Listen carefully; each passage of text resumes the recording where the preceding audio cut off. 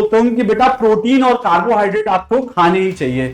तो फूड में प्रोटीन्स और कार्बोहाइड्रेट दो ऐसे कॉन्स्टिट्यूएंट हैं जो एसेंशियल कंपोनेंट्स हैं, जिनको पॉलीसेकेराइड्स हैं। ये बहुत बड़ी यूनिट होती हैं जिनको हम वो हाइड्रोलाइज करके फर्दर छोटी छोटी मॉलिक्यूल का स्पेशल अरेंजमेंट है, किस तरीके से वो स्पेस में दिख रहे हैं, इसके बारे में बात करी जाती है। हेलो एवरीवन, स्वागत है आप सभी का आपके अपने YouTube channel science and fun में। तो हम लोगों ने अभी तक हमारा 12th की केमिस्ट्री का ऑलमोस्ट हर चैप्टर कवर कर लिया और this will be the last chapter and the name of the chapter is biomolecules. सबसे पहले इस बायोमोलिक्यूल को स्टार्ट करने के लिए हमें जो ये वर्ड है बायोमोलिक्यूल्स, इसको समझना होगा। ठीक है, कि हमें बायोमोलिक्यूल से क्या समझ में आता है और किस तरीके से ये वर्ड बना हुआ है, ये सारी चीजें हमें देखनी पड़ेंगी। ठीक है, चलिए देखते हैं बायोमोलिक्यूल्स। देखो, अगर आप इस वर्ड को ध्यान से देखें तो ये दो वर्ड से मिलकर के बना हुआ है, एक है बायो, ठीक है, और दूसरा है मॉलिक्यूल्स। इनका दोनों का अपना अपना मतलब है, ये भी आप बात समझते हैं। यहां दोनों जोड़ करके हम क्या पढ़ना चाहते हैं ये मैं आपको बताऊंगा। ठीक है, तो बायो का यहां पर जो हम लोग रिलेशन लेते हैं वो लिविंग बॉडी से लेते हैं। ठीक है, किसी भी लिविंग बॉडी की बात करते हैं तो वहां पर हम लोग बायो इन्वॉल्व होती है। कैसे? बहुत सारी चीजें होती हैं आपकी, कार्बोहाइड्रेट, प्रोटीन्स, ये सारी चीजें बायो से आ रही है। ठीक है, आपका न्यूक्लिक एसिड, विटामिन, ये सब किसमें है? बायो में। मॉलिक्यूल्स क्या है? जहां पर ग्रुप्स ऑफ एटम, ठीक है, क्या होते हैं? ग्रुप ऑफ एटम्स को हम लोग बोलते हैं मॉलिक्यूल्स। और आपको ये बात भी पता होगा, जब हम लोग मॉलिक्यूल्स की डेफिनेशन पढ़ते हैं तो ये कहते हैं कि एटम्स जो होते हैं वो जुड़े रहते हैं एक दूसरे से, किसमें? फिक्स रेशियो में। ठीक है, किसमें? फिक्स रेशियो में। तो मॉलिक्यूल्स में जो हमारे एटम्स हैं, जिसे हम कहते हैं ग्रुप्स ऑफ एटम, वो क्या रहते हैं? जुड़े रहते हैं किस फॉर्म में? फिक्स रेशियो में।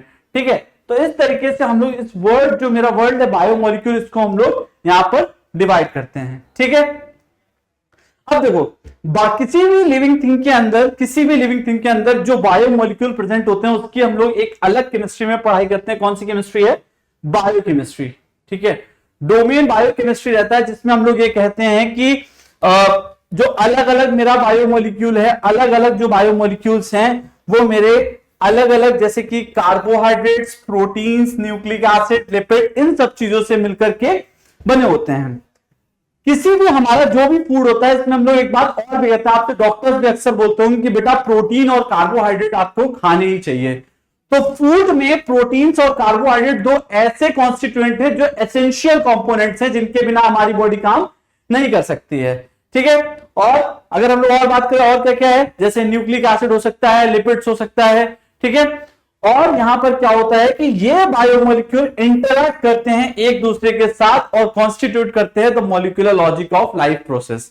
ठीक है, मतलब बायोकेमिस्ट्री का, जो हम लोग बायोकेमिस्ट्री में ये सारे मॉलिक्यूल्स के बारे में पढ़ते हैं, ये काफी इंपॉर्टेंट चीज है, जिसके बिना, क्योंकि आपको पता है जितने यहां कॉन्स्टिट्यूएंट लिखे हुए हैं, कोई भी कॉन्स्टिट्यूएंट हो, कार्बोहाइड्रेट हो, प्रोटीन हो, अमीनो एसिड हो, न्यूक्लिक एसिड हो, लिपिड हो, ये सब क्या है? बहुत ज्यादा इंपॉर्टेंट है, एक्सट्रीम इंपॉर्टेंट रहते हैं। ठीक है, उसके बाद हम लोग स्टार्ट करते हैं, एक एक को शुरुआत करते हैं प्रोटीन्स के साथ।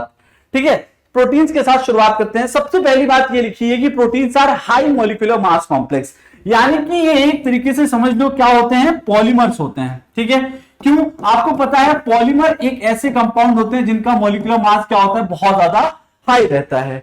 ठीक है, तो proteins are high molecular complex biopolymer of alpha amino acid present in a living cell.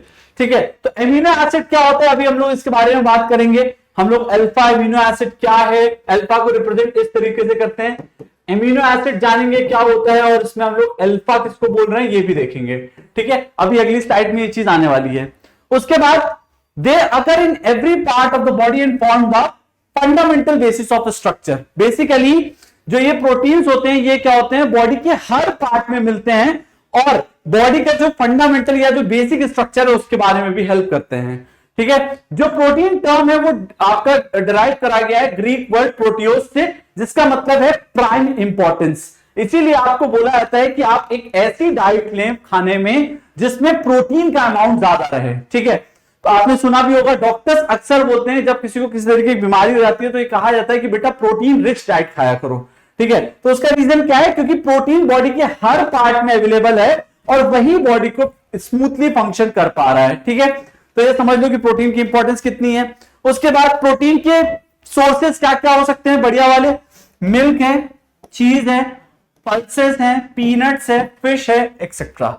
बहुत सारे सोर्सेज है, बट जो मेजर सोर्सेज जो हम लोग यूजुअली खाते हैं वो कौन कौन से हैं? मिल्क हो गया, चीज हो गया, आपका प्रोटीन्स हो गया, सॉरी पल्सेस हो गया और पीनट्स हो गया। ठीक है, इस तरीके से हम लोग प्रोटीन्स को डिवाइड करते हैं।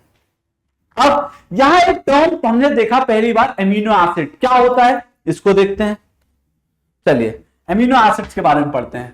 ठीक है, सबसे पहली बात यह है कि जब हम लोग एमिनो एसिड बोलते हैं तो ये दो चीजों से मिलकर के बना है। एक है मेरा एमीन और दूसरा है कार्बोक्सिलिक एसिड। क्या क्या है इसमें? एमीन और कार्बोक्सिलिक एसिड। ठीक है, तो दो चीजों से मिलकर के बना है, एक हो गया मेरा एमीन्स और दूसरा हो गया कार्बोक्सिलिक एसिड। ठीक है, बेसिकली अगर एमिनो एसिड की बात करें तो ऑर्गेनिक केमिस्ट्री में ऐसे डिफाइन करेंगे कि कोई भी ऑर्गेनिक कंपाउंड जिसमें एमीन यानी कि NH2 और कार्बोक्सिलिक एसिड क्या होता है? COOH present.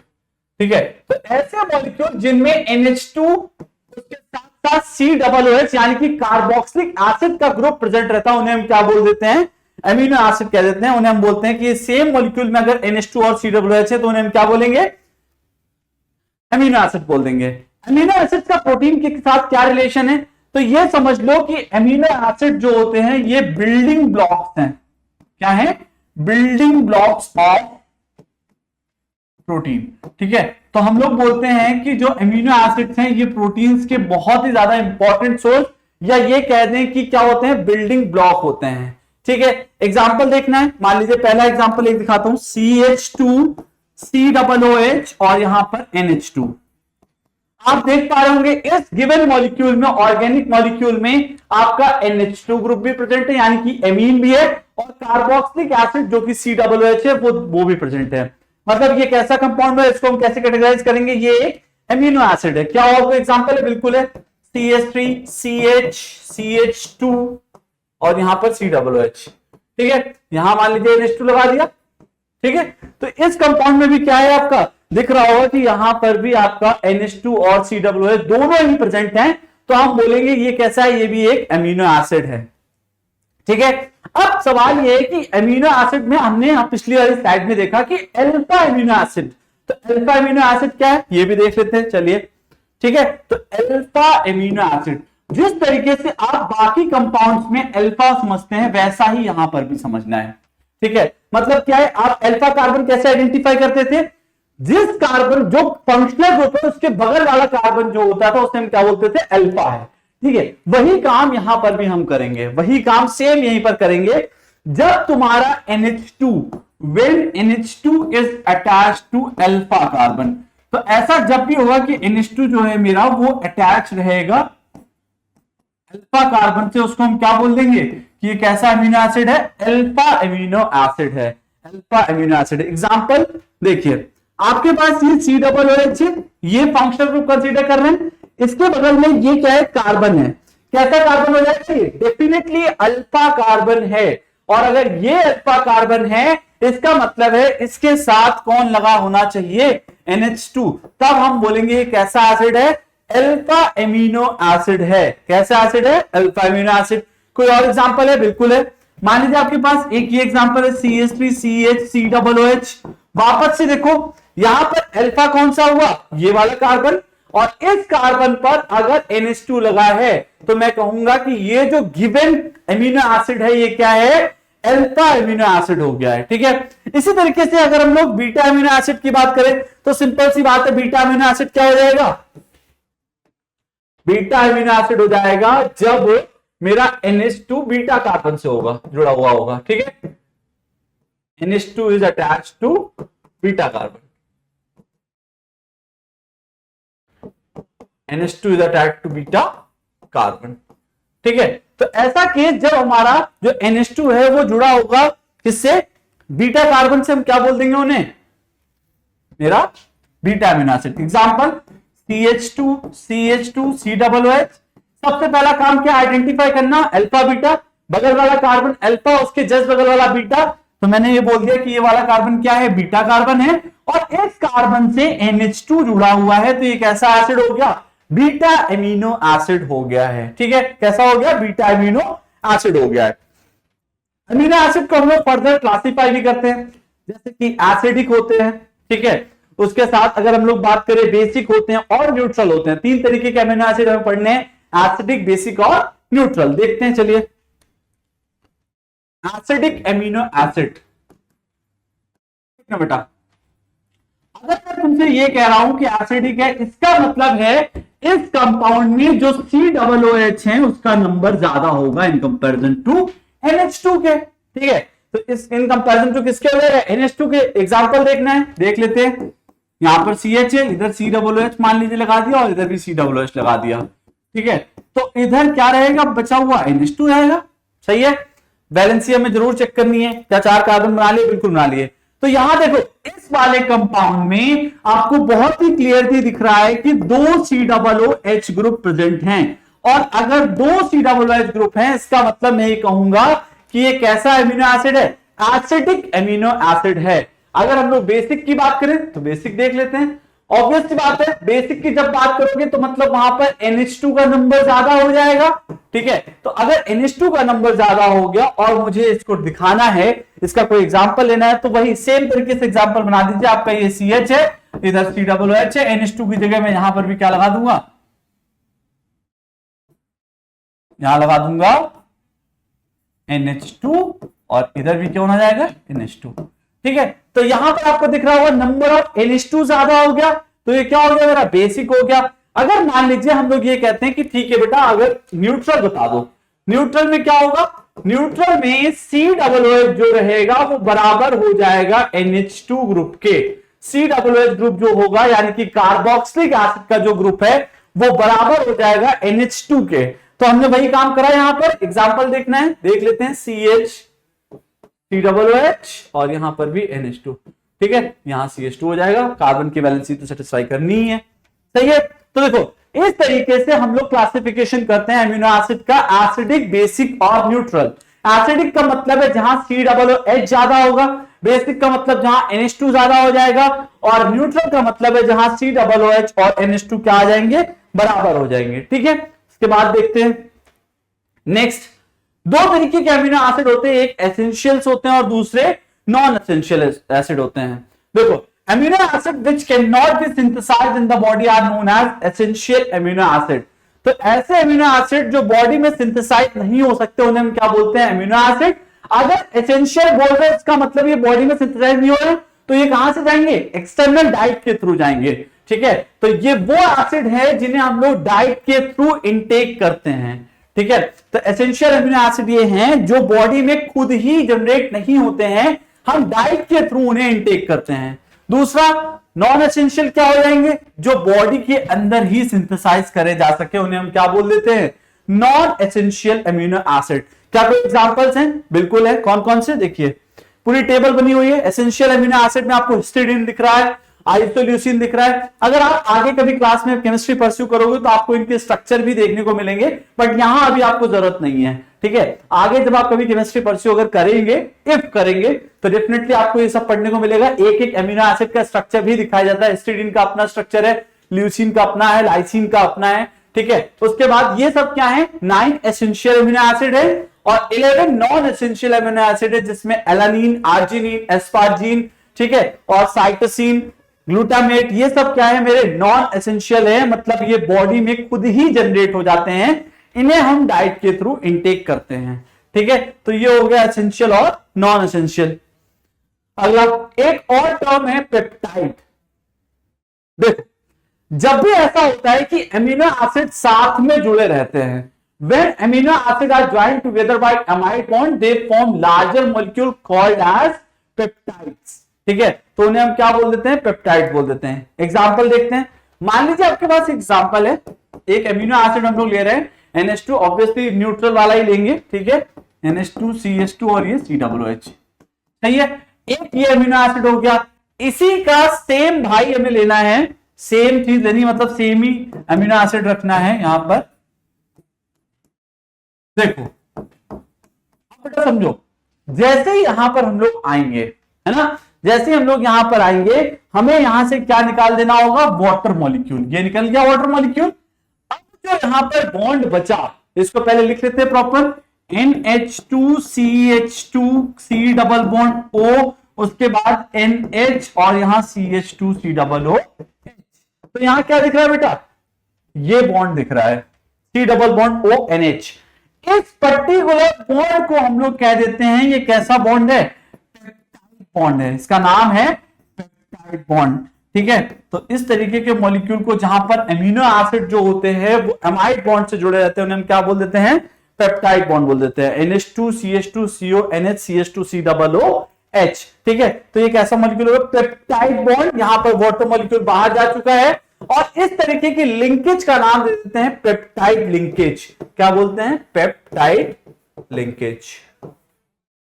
ठीक है, तो मेरा बायोमोलिक्यूल चैप्टर ऐसा है जिसमें तुम्हें याद बहुत ज्यादा करना पड़ेगा, बिना याद करे तो इस चैप्टर का कुछ होना ही नहीं है, तो तुम्हें याद करना ही पड़ेगा।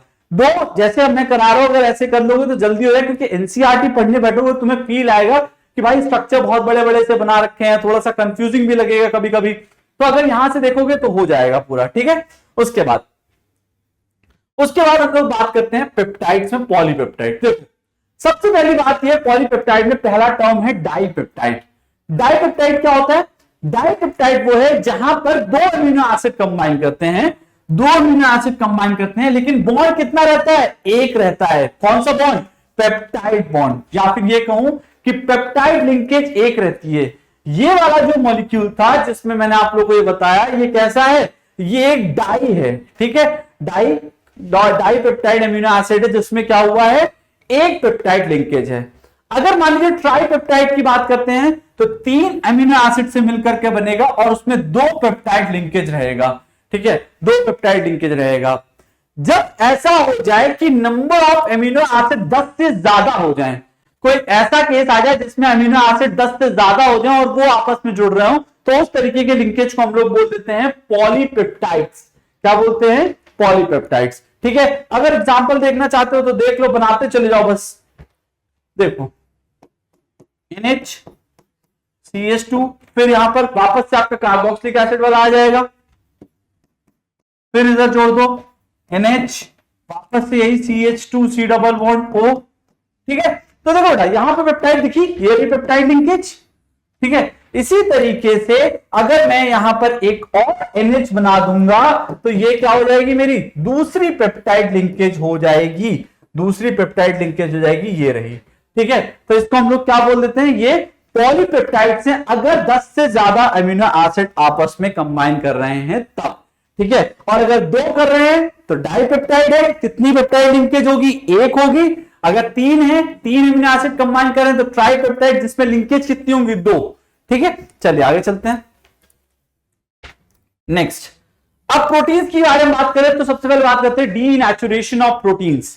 ठीक है, तो देखो ऐसा होता है कि जब भी loss in the biological activity of protein due to the unfolding of globules, ये क्या होता है अभी हम लोग बात करेंगे, and uncoiling of helix is called as denaturation of proteins.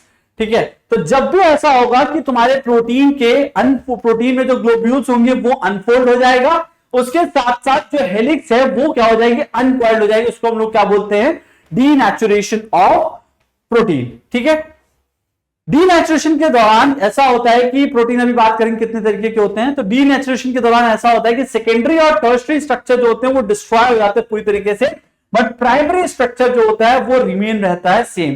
ठीक है, इसका कोई एग्जांपल है, बिल्कुल है, द कोगुलेशन ऑफ, अगर आपने एग के बारे में सुना होगा, अक्सर ये क्वेश्चन पूछा जाता था पहले भी, कोगुलेशन ऑफ एग। ठीक है, तो ऐसा है जब हम लोग ये देखते हैं coagulation of egg on boiling, जब हम लोग एग को बॉयल करते हैं तो हम ये कहते हैं कि वहां पर प्रोटीन जो था वो क्या हो गया, डीनेचर्ड हो गया। ठीक है, तो बॉइलिंग ऑफ एग इसका सबसे बढ़िया एग्जांपल है, जो आप कॉमन एग्जांपल देखते हैं अपनी डेली लाइफ में भी और कई बार इस चीज को पढ़ते भी हैं। ठीक है, तो इस तरीके से हमने क्या कर लिया, हमारा यहां पर डीनेचुरेशन के बारे में बात कर ली। इसके बाद अगर हम लोग फर्दर देखें तो फर्दर देखने पर हमें प्रोटीन ही भी कंटिन्यू करना है। ठीक है, चलिए नेक्स्ट है classification of protein.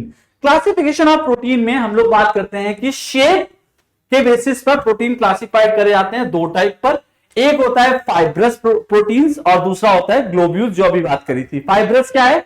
When the polypeptide chains run parallel and are held together by hydrogen and disulphide bond. तो ऐसा होता है कि यहां पर जो पॉलीपेप्टाइड चेन होती है वो साथ में जुड़ी रहती है, किसकी हेल्प से? हाइड्रोजन बॉन्ड की हेल्प से, ठीक है। और then fibre like structure is form, एक फाइबर लाइक स्ट्रक्चर बन जाता है जिसे हम क्या बोलते हैं? Known as fibrous proteins. मतलब ये है कि जब पॉलीपेप्टाइड चेन साथ में रन कर रही होती हैं तो वो हाइड्रोजन बॉन्ड की हेल्प से जुड़ जाती हैं, फाइबर टाइप का स्ट्रक्चर बना देती है जिसे हम क्या बोलते हैं? Fibrous proteins. Such proteins are soluble insoluble in water. For example keratin बालों में जो मिलता है, मायोसिन जो मसल्स में मिलता है, और भी हो सकते हैं, ठीक है। इसके अलावा नेक्स्ट क्या है? ग्लोबुलर, ठीक है। This structure of results when the chain of polypeptide coil around two give a spherical shape. तो बेसिकली वहां पर फाइबर का शेप ले लेती है, यहां पर स्फीयर का शेप ले लेती है, ठीक है। तो यहां स्फेरिकल शेप ले लेती है। These are usually soluble in water. तो यूजुअली क्या होते हैं? सॉल्युबल होते हैं। Insulin and albumins are the common examples of globular proteins, ठीक है। तो जनरली आपने जो पीछे एग्जांपल देखे उसमें आपका मसल था, केराटिन था, ठीक है, मसल वाले जो प्रोटीन था वो था, और इधर कौन है? आपके कॉमन एग्जांपल इंसुलिन और एल्ब्यूमिन्स हैं, ठीक है। इसके अलावा हम लोग बात करें, अगर मैं आपको एक जनरल बात बोलूं कि स्ट्रक्चर के बेसिस पर भी हम लोग पढ़ सकते हैं, तो देखो स्ट्रक्चर के बेसिस पर हमने 4 तरीके से पढ़ना है: primary structure of protein, secondary structure of protein, tertiary and quaternary. तो स्टार्ट करते हैं प्राइमरी से, ठीक है। देखो वैसे तो ये बहुत ज्यादा कॉम्प्लेक्स चीजें हैं, कॉम्प्लेक्स स्ट्रक्चर होते हैं जिनको समझ पाना, बट फिर भी जनरल तरीके से समझो। देखो प्रोटीन्स में हैव वन और मोर पॉलीपेप्टाइड चेन्स। जो ईच पॉलीपेप्टाइड चेन होती है वो क्या करती है? उसके पास एमिनो एसिड होती है जो कि स्पेसिफिक सीक्वेंस में लगी रहती है, ठीक है, स्पेसिफिक सीक्वेंस में लगी रहती है। And it is the sequence of amino acid, जो कि किसका सीक्वेंस होता है? एमिनो एसिड का, that is said to be primary structure of the protein. आसान भाषा में ये समझो कि तुम्हारे जो अमीनो एसिड होते हैं वो एक सीक्वेंस में लगे रहते हैं, इसमें प्राइमरी स्ट्रक्चर ऑफ प्रोटीन्स में, और इसको हम लोग क्या बोल देते हैं? प्राइमरी स्ट्रक्चर, ठीक है। अगर मान लीजिए कि आपने प्रोटीन जो अमीनो एसिड है, जो आपके अमीनो एसिड है उसमें सीक्वेंस में चेंजेस ला दिए, उससे क्या फर्क पड़ेगा? तो उससे फर्क यह पड़ेगा कि उसकी वजह से एक नया और डिफरेंट प्रोटीन जनरेट हो जाएगा, वो फिर नया पुराना वाला प्रोटीन स्ट्रक्चर नहीं रह गया, ठीक है। इसीलिए हम लोग बोलते हैं कि अगर ये चेंज हो गया तो फिर गड़बड़ हो गया। आगे देखते हैं, चलो। Secondary structure, the secondary structure of protein refers to the shape in which a long polypeptide chain can exist, ठीक है। अगर प्राइमरी का हम लोग रफ में एक डायग्राम देखना चाहें तो कुछ इस तरीके से रहता है 1 डिग्री, ठीक है। जनरल तरीके से अगर मैं बताऊं तो इस तरीके का स्ट्रक्चर रहता है 1 डिग्री। अगर हम लोग 2 डिग्री की बात करें या फिर इसकी सेकेंडरी की, तो क्या होता है? पॉलीपेप्टाइड चेन लॉन्ग एग्जिस्ट करती है। They are found to exist in different type of structure, जैसे कि अल्फा हेलिक्स और बीटा प्लीटेड स्ट्रक्चर, ठीक है। तो 2 तरीके के स्ट्रक्चर यहां देखने को मिलते हैं, एक होता है अल्फा हेलिक्स, दूसरा होता है बीटा प्लीटेड शीट स्ट्रक्चर। ये स्ट्रक्चर अराइज होते हैं due to regular folding of the backbone of polypeptide chain due to the hydrogen bonding. कहां पर होती है hydrogen bonding? Hydrogen bonding between the NH group of peptide bond, ठीक है। Basically alpha helix और beta peptide की help से यहां पर ये सेकेंडरी स्ट्रक्चर्स मिलते हैं हम लोगों को, ठीक है। और ये जुड़े कैसे रहते हैं? हाइड्रोजन बॉन्ड की हेल्प से जुड़े रहते हैं। अगर इनका स्ट्रक्चर हम लोग देखें तो बड़ा अजीब सा स्ट्रक्चर आता है। रफ में अगर मैं बनाऊं आप लोगों को तो देखो कुछ इस तरीके का एक स्ट्रक्चर होता है और कुछ इस तरीके से स्ट्रक्चर रहता है। तो ये कैसा है? 2 डिग्री है, सिंपल है। अभी मैं इसको ओरिजिनल एनसीईआरटी में कैसा डायग्राम दिया गया ये भी दिखाऊंगा, ठीक है। तो देखो चलो अगला चलते हैं, थर्ड। देखो इसका एग्जांपल कुछ इस तरीके से है, दिख रहा है? यहां पर बीटा प्लीटेड है, ये बीटा प्लीटेड है, यहां पर क्या है आपका? अल्फा हेलिक्स है, ठीक है। तो कुछ इस तरीके से आपका दिखता है। यहां पर बीटा प्लीटेड शीट जो होती है स्ट्रेच्ड आउट होते हैं पेप्टाइड चेन, जितना मैक्सिमम एक्सटेंशन उन्हें मिल सकता है उतना, और यहां पर इंटरमोलिकुलर हाइड्रोजन बॉन्ड जो कि आपको दिख रहा है उसकी हेल्प से क्या रहते हैं? जुड़े हुए रहते हैं। ये आपका है बीटा प्लीटेड जिसमें आपको इंटरमोलिकुलर हाइड्रोजन बॉन्ड भी दिख रहे हैं, ठीक है। और यहां क्योंकि स्ट्रक्चर जो होता है वो प्लीटेड फोल्ड्स के फॉर्म में आपको दिखता है, इसीलिए हम इनको बोल देते हैं कैसा स्ट्रक्चर है? बीटा प्लीटेड स्ट्रक्चर है, ठीक है, बीटा प्लीटेड स्ट्रक्चर है।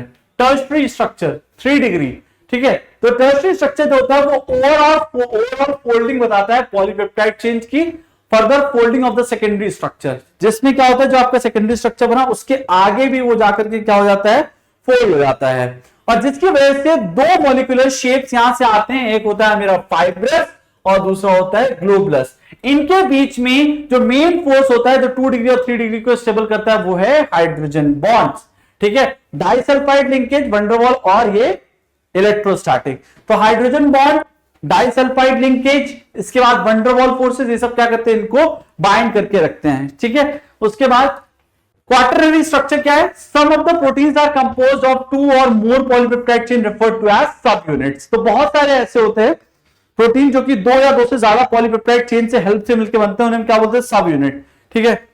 Special arrangement of these subunit with respect to each other is known as quaternary structure. तो क्वाटरनरी स्ट्रक्चर में जो मॉलिक्यूल का स्पेशल अरेंजमेंट है, किस तरीके से वो स्पेस में दिख रहे हैं, इसके बारे में बात करी जाती है। अगर मैं आपको डायग्राम दिखाऊं, देखिए ये प्राइमरी का स्ट्रक्चर है, ये सेकेंडरी का है, टर्शियरी देखिए जो आपका 2 डिग्री था वो फर्दर फोल्ड हो गया है, वही चीज मैं आपको बताया था। क्वाटरनरी में भी वैसा ही हो रहा है, 2 डिग्री 3 डिग्री आगे बढ़ रहा है। तो बेसिकली प्राइमरी एक ऐसा है जहां पर सीक्वेंस की बात करी जाती है। अगर हमने प्राइमरी प्रोटीन है उसमें जो अमीनो एसिड है उनका सीक्वेंस डिस्टर्ब कर दिया, तो उसके डिस्टर्बेंस की वजह से उसका रिजल्ट क्या होगा कि ऑल टुगेदर एक नया आपको मिल जाएगा वहां पर, ठीक है। उसके बाद चलिए आगे चलते हैं। विटामिन, देखो विटामिन जो होते हैं वो ऑर्गेनिक कंपाउंड होते हैं जो कि एसेंशियल है for the normal growth of life for animal, some bacteria and microorganism, ठीक है। विटामिन जो होते हैं वो सिंथेसाइज नहीं कर होते हैं एनिमल्स द्वारा except for the vitamin D, ठीक है। विटामिन डी ही ऐसा है जो सिंथेसाइज हो सकता है, बाकी नहीं हो सकते हैं। Vitamin are supplied to organism through the food. तो विटामिन जो होते हैं वो बहुत सारे विटामिन ऐसे हैं, आपको पता ही है, विटामिन के लिए तो गोलियां भी खाते हैं हम लोग, vitamin D, even vitamin D आपको पता है आसानी से मिल सकता है, फिर भी उसके लिए भी हमें गोली खानी पड़ती है। और इंडिया में ये चीज है, अगर आप कभी भी किसी भी मोमेंट पे टेस्ट करा लेंगे आपको 2 चीजें बहुत कम मिलने वाली, हमेशा ऑलमोस्ट हर आदमी में एक विटामिन डी कम मिल जाएगा और आपको बी के बारे में बोल देंगे कि भैया हाँ ये भी कम है, ठीक है। तो ऐसा एक बहुत ही कॉमन सा वो हो गया है कि क्या रहता है, यहां पर आपको कमी दिख जाती है। विटामिन 2 पार्ट में क्लासिफाई करा गया है, वाटर सॉल्युबल और फैट सॉल्युबल विटामिन, ठीक है। तो 2 तरीके के होते हैं, वाटर सॉल्युबल, यहां पर आपका अगर हम लोग बात करें तो वाटर सॉल्युबल क्या है, एग्जांपल अगर लेना है इसका तो एक तो विटामिन बी कॉम्प्लेक्स है, विटामिन बी कॉम्प्लेक्स जिसमें हम लोग, ठीक है, विटामिन बी कॉम्प्लेक्स हो गया इसमें। इसके अलावा क्या हो सकता है, विटामिन सी, ठीक है, विटामिन सी। अब इसमें एक एक्सेप्शन है जो आपको याद रखना पड़ेगा, विटामिन बी में B12 जो होता है वो सॉल्युबल रहता है, ठीक है। तो वाटर सॉल्युबल, ये क्या रहता है, इनसॉल्युबल रहता है बेसिकली वाटर में, बाकी क्या है, सॉल्युबल है। विटामिन बी कॉम्प्लेक्स में B12 एक ऐसा है जो इनसॉल्युबल है, बाकी क्या है, सॉल्युबल है। सॉल्युबल क्या है, एग्जांपल के लिए अगर देखना चाहो तो विटामिन ए ले लो, जितने भी बचे विटामिन ए ले लो, ई ले लो, डी ले लो, ठीक है, विटामिन ए, ई, डी, के, ठीक है, ये सब क्या रहते हैं, फैट सॉल्युबल विटामिन है, ठीक है। इसके अलावा एक क्वेश्चन और आता है यूजुअली, हम लोग अगर उस क्वेश्चन की बात करें तो why water soluble vitamin should be taken regular in our diet. ऐसा इसलिए होता है, देखो इसका आंसर भी यहां लिखा है, water soluble vitamins must be supplied regularly in diet because they are readily excreted in the urine and cannot be stored, ठीक है। तो बेसिकली हम वाटर सॉल्युबल इसलिए लेते हैं ताकि वो जो यूरिन से पास हो जाते हैं। B12 एक ऐसा होता है जो नहीं जाता है, एक्सेप्ट लिखा हुआ है इन अवर बॉडी, ठीक है, आसानी से एक्सक्रीट या रेगुलरली एक्सक्रीट करे जाते हैं। उसके बाद विटामिन से होने वाली जो डेफिशिएंसी है उनके सोर्सेस क्या क्या है वो भी देख लेते हैं। अगर विटामिन ए है और अगर सोर्स उसका क्या क्या है, fish, liver oil, carrots, butter and milk, veg और नॉन वेज दोनों का ही सहारा है यहां पर, ठीक है। डेफिशिएंसी क्या होती है, नाइट ब्लाइंडनेस हो जाती है, या फिर एक होता है जिसे हम लोग बोलते हैं hardening of cornea of I. Vitamin B1 क्या है, सोर्सेस क्या क्या हो सकते हैं, यीस्ट हो सकता है, यीस्ट है, मिल्क है, ग्रीन है, वेजिटेबल है, ठीक है, सीरियल्स है, मिल्क है। और इससे डेफिशिएंसी डिसीज क्या होती है, बेरी क्या है, loss of appetite, retarded growth, ठीक है। तो एपेटाइट का जो होता है लॉस हो जाता है। विटामिन B2 क्या है, सोर्सेस क्या क्या है, मिल्क है, एग व्हाइट है, लिवर है और किडनी है। इसमें इसके डेफिशिएंसी क्या है, fissuring at corners of mouth and lips. Basically digestive disorder दिखते हैं और बर्निंग ऑफ द स्किन दिखती है। B6 का सोर्स कौन है? यीस्ट है, मिल्क है, और इसके जो डिफिशियंसी है वो क्या है? कॉन्वोल्यूशंस। ठीक है। B12 आपको अभी बताया, ऑलमोस्ट सब में आपको दिखाई देगा, एनीमिया होने के चांसेस रहते हैं। सोर्सेज इसके मीट है, एग है। ठीक है। विटामिन सी, विटामिन सी में क्या रहता है आपका? विटामिन सी में रहता है, इसके सोर्सेस आपको पता है, सिट्रस फ्रूट्स होते हैं, आंवला, ग्रीन लीफी वेजिटेबल, और इसका जो डेफिशिएंसी डिसीज है वो क्या है? स्कर्वी। ठीक है, bleeding gums. Vitamin D, exposure to the sunlight सबसे ज्यादा वहीं से आता है, और इवन एग का जो योक होता है वो भी आप खा सकते हैं। ठीक है। और इससे होता क्या है? रिकेट, जो कि बोन डिफॉर्मेटिक्स का होता है बच्चों में। ठीक है। उसके बाद vitamin E, vegetable oil like wheat germ oil, sunflower oil, ये सब आप ले सकते हैं। और इससे डिजीज क्या होती है? Increase fragility of RBCs and muscular weakness. ठीक है। और लास्ट है विटामिन के, ग्रीन लीफी वेजिटेबल से आता है, जिससे क्या होता है कि इंक्रीज ब्लड क्लॉटिंग टाइम बढ़ जाता है, अगर इससे डिजीज की बात करें हम लोग। ठीक है। तो इससे डिजीज क्या होती है आपकी? Increase blood clotting time. ठीक है। चलिए आगे चलते हैं। नेक्स्ट है जो हमें इस चैप्टर में पढ़ना है वो है कार्बोहाइड्रेट्स। कार्बोहाइड्रेट क्या होते हैं? बेसिकली ये होते हैं hydrates of carbon having the general formula, जो आपका लिखा हुआ है वहां, CH2O whole Y is known as carbohydrates. ठीक है। एग्जांपल के लिए देखें, ग्लूकोज। ठीक है। ग्लूकोज का फॉर्मूला आपको पता है, C6H12O6, ये क्या है? ग्लूकोज का फॉर्मूला है। अगर हम लोग इसको उस फॉर्मूले में लिखना चाहें तो क्या लिखेंगे? C6H2O whole 6। तो ये हाइड्रेट होते हैं किसके? कार्बन के। ठीक है। तो इस तरीके से अगर आप सुक्रोज का भी लिखना चाहें तो लिख सकते हैं। सुक्रोज को दूसरा नाम क्या होता है इसका? Cane sugar. फॉर्मूला क्या है? C12H22O11। ठीक है। तो इसका फॉर्मूला हो जाएगा C12H2O होल 11। बेसिकली ये इसका फॉर्मूला हो गया। ठीक है। इसके अलावा अगर हम लोग बात करें, फ्रक्टोज हो सकता है, जितने भी एग्जाम्पल हो जाएंगे। ठीक है। देखो एग्जाम्पल ये समझो, अगर आप इथेनोइक एसिड का एग्जाम्पल लेते हैं, जो आपका CH3COOH होता है, तो मैं अगर कंडेंस फॉर्म में लिखूंगा तो C4H4O2 लिख सकते हैं। लिख सकते हैं। तो क्या ये भी एक कार्बोहाइड्रेट है? क्योंकि अगर मैं इसको लिखूंगा C2 हो जाएगा, C2। अगर इसको ऐसे लिखूं C2H2O होल 4, क्या ये भी कार्बोहाइड्रेट है? जवाब है नहीं। ठीक है। ठीक है, जवाब है नहीं। क्यों? क्योंकि कार्बोहाइड्रेट जो होते हैं वो ऑप्टिकली एक्टिव पॉलीहाइड्रॉक्सी एल्डिहाइड और कीटोन्स होते हैं। यहां पर एल्डिहाइड कीटोन की कोई बात नहीं हो रही है, जो कि हाइड्रोलिसिस करने पर आपको कंपाउंड प्रोड्यूस करते हैं। ठीक है। तो बेसिकली इनको हम लोग इसीलिए नहीं कंसीडर करते क्योंकि यहां पर एल्डिहाइड और कीटोन की कोई बात ही नहीं हो रही है। नेक्स्ट देखो, क्लासिफिकेशंस। हम लोग बात करें अगर, तो on the basis of their behaviour हम लोग अपॉन हाइड्रोलिसिस कार्बोहाइड्रेट को हम लोग 3 मेजर ग्रुप में डिवाइड करते हैं। Monosaccharides, carbohydrate which can not be hydrolysed into simpler unit of polyhydroxy aldehyde, और ketone is called as monosaccharide. Total approximately 20 monosaccharide है जो नेचर में, फॉर एग्जांपल ग्लूकोज, फ्रक्टोज और राइबोस। बेसिकली इनमें क्या होता है? कार्बोहाइड्रेट जिन्हें हम लोग फर्दर हाइड्रोलाइज नहीं कर सकते हैं इनटू सिंपलर पॉलीहाइड्रोक्सी एल्डिहाइड और कीटोन। मतलब वही है कि अगर आपके पास एल्डिहाइड है तो आप उसको फर्दर एल्डिहाइड और कीटोन में नहीं भेज सकते हैं हाइड्रोलाइज करके। ठीक है। तो ये क्या हो गया? आपके मोनोसैकेराइड्स हो गए। इसके बाद अगर हम लोग ओलिगोसैकेराइड्स की बात करें, तो carbohydrate which upon hydrolysis yields 2 to 10 units of monosaccharide is called as oligosaccharide. तो यहां पर क्या होता है? ये कार्बोहाइड्रेट वो हैं जिन्हें अगर हम हाइड्रोलाइज करते हैं तो हमें फर्दर कंपाउंड मिल सकते हैं मोनोसैकेराइड्स के।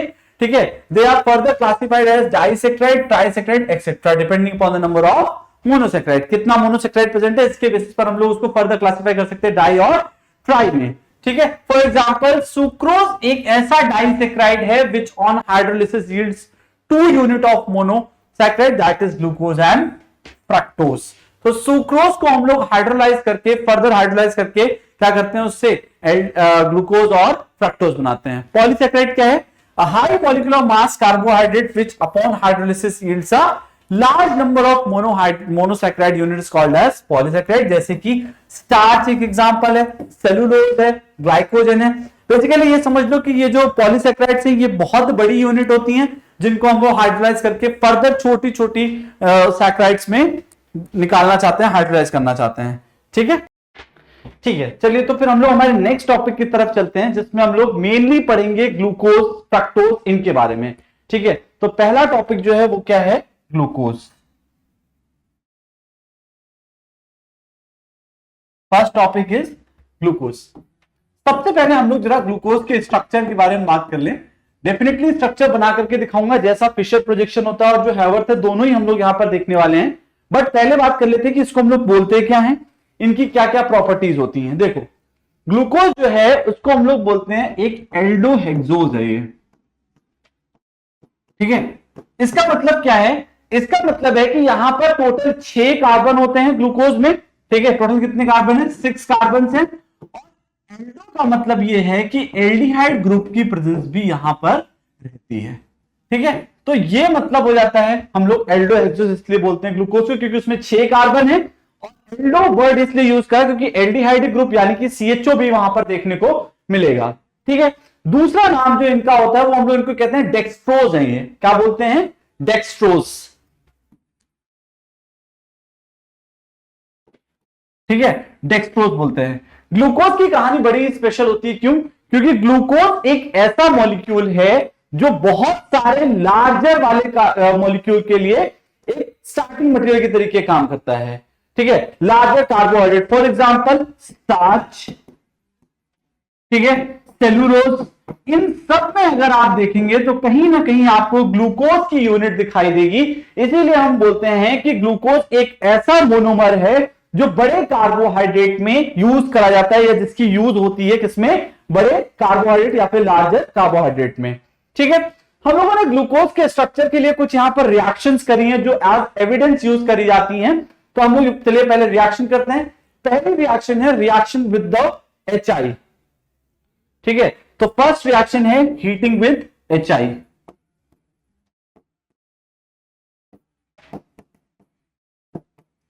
देखो, जनरली अगर हम लोग ग्लूकोज की बात करें तो स्ट्रक्चर कुछ इस तरीके से दिखता है, CHO, CHOH होल 4। ठीक है, और यहां पर आ जाएगा CH2OH। ठीक है, ये मेरा ग्लूकोज है। इसमें हमने जैसे ही इसको हीट करा HI के साथ, तो प्रोडक्ट में क्या मिल गया, C6H14 यानी कि हेक्सेन। तो ये सारी रिएक्शंस जो हैं, ये सारी रिएक्शन जो हैं, ये आपको इस बात को प्रूफ देती हैं ग्लूकोज के स्ट्रक्चर के लिए एज एविडेंस यूज करी जाती हैं। ठीक है, तो ये पहली रिएक्शन थी, बड़ी सिंपल रिएक्शन थी, जिसमें हम लोग क्या करते हैं, HI के साथ हीट करते हैं तो प्रोडक्ट में हेक्सेन मिलता है। दूसरी रिएक्शन क्या है, अगर हम लोग, सेकेंड रिएक्शन है रिएक्शन विद NH2OH। ठीक है, ये सारे रिएक्शन आपने एल्डिहाइड कीटोन वाले जो हमने चैप्टर पढ़ा था, एल्डिहाइड कीटोन कार्बोक्सिलिक एसिड, वहां पर भी ये चीजें पढ़ी थी कि NH2OH के साथ रिएक्शन करा रहे हैं, HCN के साथ रिएक्शन करा रहे हैं, तो क्या प्रोडक्ट बनता है। सेम तरीके से यहां पर भी कंसीडर करना है, क्योंकि CHO यहां पर भी प्रेजेंट है। ठीक है, तो सबसे पहले हम लोग कराते हैं रिएक्शन NH2OH के साथ। आपके पास सेम तरीके से रिएक्शन होगी, C डबल बॉन्ड OH, यहां CHOH होल 4 और नीचे आ जाएगा CH2OH। इसकी रिएक्शन कराई हमने NH2OH के साथ और प्रोडक्ट में मिल जाता है आपको ऑक्सिन, जैसा कि वहां भी मिला करता था। ठीक है, कीटोन वाले चैप्टर में। तो प्रोडक्ट क्या हो जाएगा,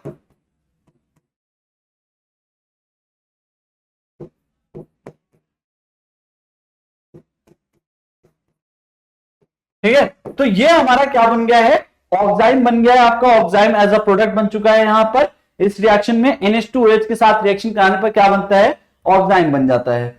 इसी तरीके से अगर HCN के साथ रिएक्शन कराते हैं तो वहां पर भी सेम तरीके से रिएक्शन होगी। ये सारी रिएक्शन कार्बोनिल ग्रुप के प्रेजेंस में होने की वजह से होती है, क्योंकि एल्डिहाइड में आपको दिख रहा है कार्बन डबल बॉन्ड ऑक्सीजन है। तो इसी तरीके से जब आप HCN के साथ रिएक्शन कराएंगे तो भी वहां पर जो नया प्रोडक्ट होगा, इसी में लिख देता है HCN के साथ एडिशन में। ठीक है, तो यही रिएक्शन आपकी HCN के साथ होगी, जहां पर प्रोडक्ट डेफिनेटली अलग बनेगा।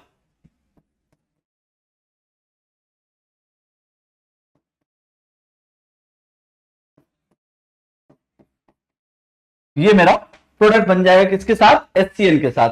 ये सारी रिएक्शन इस चीज का प्रूफ है कि हाँ भाई जो ग्लूकोज है उसमें एल्डिहाइड ग्रुप यानी कि CHO bond present, CHO present है और कार्बोनिल ग्रुप की प्रेजेंस है जो कौन सा है यहां पर एल्डिहाइड है। ठीक है, उसके बाद अगर ऑक्सीडेशन वाले कुछ रिएक्शन देखें तो अगली रिएक्शन है रिएक्शन विद Br2।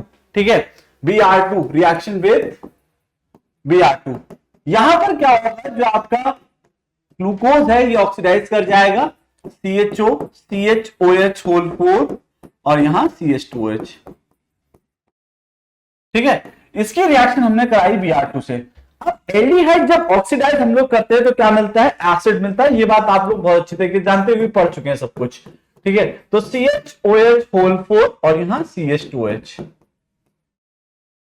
तो आपको दिख रहा होगा जो एल्डिहाइड ग्रुप था वो एक कार्बोक्सिलिक एसिड में कन्वर्ट हो चुका है। ठीक है, और ये एक माइल्ड ऑक्सीडाइजिंग एजेंट की तरीके यहां पर काम करता है। ठीक है, चलिए नेक्स्ट देखते हैं। नेक्स्ट है अगर हम लोग इसकी रिएक्शन एसिटिक एनहाइड्राइड के साथ करा दें, रिएक्शन विद एसिटिक एनहाइड्राइड। अगर एसिटिक एनहाइड्राइड के साथ रिएक्शन कराओगे तब क्या होने वाला है ये देख लो।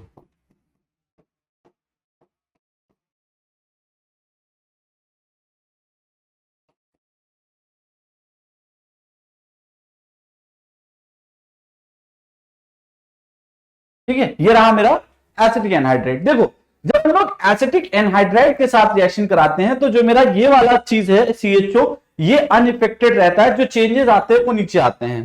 क्या आता है चेंजेस, मान लीजिए अगर इसका प्रोडक्ट मुझे लिखना है तो CHO यहां आ जाता है, कार्बन इधर आ जाता है और यहां पर जो OH है उसकी जगह पर OCOCH3 आ जाता है। क्या आ जाएगा, ये कितना रहेगा 4। और इसी तरीके से यहां CH2 है, इसमें भी OH की जगह OCOCH3 लग जाएगा। ठीक है, तो ये प्रोडक्ट हो जाता है मेरा किस केस में, अगर मैं एसिटिक एनहाइड्राइड के साथ रिएक्शन कराऊं तब। ठीक है, OCOCH3 और OCOCH3। इसके साथ में और क्या बनेगा, क्योंकि यहां पर आपको पता है कि दो एनहाइड्राइड में CH3CO दिख रहे हैं तो कहीं ना कहीं एसिटिक एसिड का भी फॉर्मेशन हो जाएगा, 5CH3COOH बन जाएगा यहां पर एज अ साइड प्रोडक्ट। ठीक है, नेक्स्ट अगर मान लीजिए हम लोग नाइट्रेशन कराते हैं, मतलब ऑक्सीडेशन कराते हैं यूजिंग द नाइट्रिक एसिड, तब क्या फर्क पड़ेगा। तो oxidation using the nitric acid HNO3 CHO CHOH whole 4 और ये हो जाएगा CH2OH। ठीक है, इसका प्रोडक्ट बनाना है HNO3 as an strong oxidising agent use करा जा रहा है यहां पर। तब क्या होगा, जब मैं यहां पर स्ट्रॉन्ग ऑक्सीडाइजिंग एजेंट यूज करूं, Br2 यूज करा था माइल्ड ऑक्सीडाइजिंग एजेंट था, क्या करता था एल्डिहाइड को कार्बोक्सिलिक एसिड में बदल देता था। यहां क्या होगा, दो कार्बोक्सिलिक एसिड ग्रुप जनरेट हो जाएंगे। ठीक है, तो ये मेरा प्रोडक्ट बन जाएगा जहां पर दो कार्बोक्सिलिक एसिड जनरेट हो चुके हैं। ठीक है, उसके बाद चलिए साइक्लिक स्ट्रक्चर अभी हम लोग देखेंगे, साइक्लिक स्ट्रक्चर कैसा होता है। ठीक है, अब देखो यहां पर कुछ और बातें हैं। मेन पॉइंट कुछ ये है कि जो ओपन स्ट्रक्चर होता है ग्लूकोज का वो ज्यादातर इसकी प्रॉपर्टी एक्सप्लेन कर पाता है, कुछ चीजें हैं जो नहीं एक्सप्लेन कर पाया। ठीक है, तो देख लेते हैं प्रॉपर्टी जो एक्सप्लेन नहीं हो पाई थी। पहली प्रॉपर्टी जो ये एक्सप्लेन नहीं कर पाई थी ओपन स्ट्रक्चर, वो ये था कि एल्डिहाइड ग्रुप होने के बावजूद, ग्लूकोज में एल्डिहाइड ग्रुप होने के बावजूद ये शिफ्ट टेस्ट नहीं दे पाता है। ठीक है, तो पहला हो जाएगा नो शिफ्ट टेस्ट। ठीक है, ये पहली प्रॉपर्टी है जो ये नहीं बता पाया था, जबकि आपको पता है कि अगर इसके पास एल्डिहाइड ग्रुप है तो इसको देना चाहिए था शिफ्ट टेस्ट। ठीक है, और दूसरा हाइड्रोजन सल्फाइड के साथ अगर हम लोग देखें, दूसरा क्या हो जाएगा NaHSO3 सोडियम हाइड्रोजन सल्फाइड आपके पास है, इसके साथ रिएक्शन करके एडिशन प्रोडक्ट भी नहीं दे पा रहा था ये। ठीक है, उसके अलावा जो तुम्हारा पेंटा एसीटेट है ग्लूकोज का वो हाइड्रोक्सिल अमीन के साथ does not react with hydroxyl amine, ये इंडिकेट करता है इस बात को कि भैया यहां पर जो CHO है वो फ्री नहीं है। ठीक है, हाइड्रोक्सिल अमीन के साथ जो यहां पर तुम्हारा ग्रुप था एल्डिहाइड वाला, उसको रिएक्शन दिखानी चाहिए थी पर वो नहीं दिखा पाया। इसका मतलब इसके पास नो फ्री CHO। ठीक है, मतलब इसका जो एल्डिहाइडिक ग्रुप है जिसके बारे में हम लोग बात कर रहे हैं, ये नहीं दिखा पाया था कि हाँ भाई ऐसा कुछ होगा। ठीक है, चलो इसके बाद इसके स्ट्रक्चर की बात आती है। ठीक है, यहां पर वही बातें लिखी हुई हैं। Despite having the aldehydic group, glucose does not give शिफ्ट test and it does not form the hydrogen sulphide addition product with the NaHSO3। दूसरा, पेंटा एसिकेट जो होता है does not react with the hydroxyl amine. इस बात को proof है कि जो CHO ग्रुप है वो फ्री नहीं है। और तीसरा है, glucose is found to exist in the two different crystalline forms which are named as alpha and beta. ठीक है, अल्फा जो होता है वो obtained by crystallisation of concentrated solution of glucose. ठीक है, और बीटा जो होता है वो hot and saturated aqueous solution से क्रिस्टलाइज करा जाता है। अब बात आती है स्ट्रक्चर की। ठीक है, अल्फा और बीटा की बात तो बोल रहे हैं, ये इसका नॉर्मल स्ट्रक्चर है। ठीक है, ये इसका फिशर प्रोजेक्शन का स्ट्रक्चर है जिसमें हम लोग देख रहे हैं किस तरीके से बना हुआ है। अल्फा और बीटा बनाना है मुझे। सबसे पहले मैं अल्फा ग्लूकोज बनाता हूं। डिफरेंस सिर्फ एक है, वो डिफरेंस आपको फर्स्ट कार्बन पर ही दिख जाएगा, कहीं नहीं देखने को मिलेगा।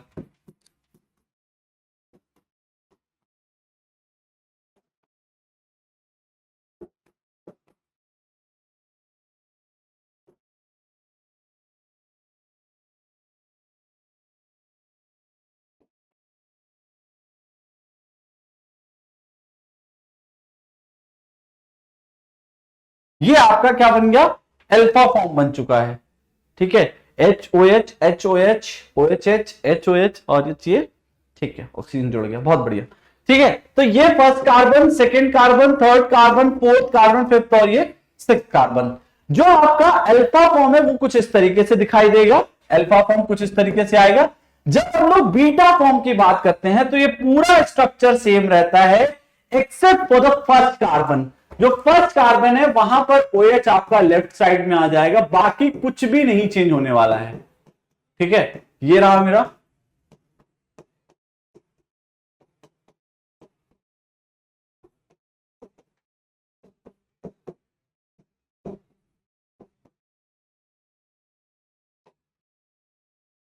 ठीक है, तो ये क्या हो गया, बीटा ग्लूकोज। तो इसके दो फॉर्म एग्जिस्ट करते हैं, अल्फा और बीटा। दो मैंने दोनों के दोनों यहां क्या कर दिए हैं, ड्रॉ कर दिए हैं, OHH HOH OHH HOH और ये। ठीक है, इस तरीके से आपका ये हो जाएगा। ये हो गया आपका फिशर प्रोजेक्शन। देखो कई बार एग्जाम में अल्फा और बीटा ग्लूकोज ड्रॉ करने के लिए आ जाता है, तो डिफरेंस एक समझ लो, एक याद रहेगा, दूसरा अपने आप बना लोगे। बीटा ग्लूकोज और अल्फा ग्लूकोज केवल फर्स्ट कार्बन में डिफरेंस होते हैं, जहां पर OH की पोजीशन की वजह से डिफरेंस आ जाता है। ठीक है, चलो नेक्स्ट देखते हैं। देखो हम लोग बात करते हैं यहां पर हैवर्थ स्ट्रक्चर की।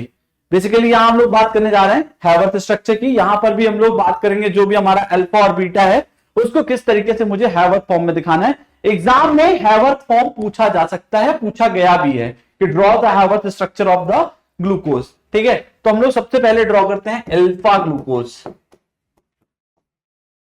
अब ऑब्वियसली बात है यहां पर 6 हैं कार्बन, तो हम सबसे पहले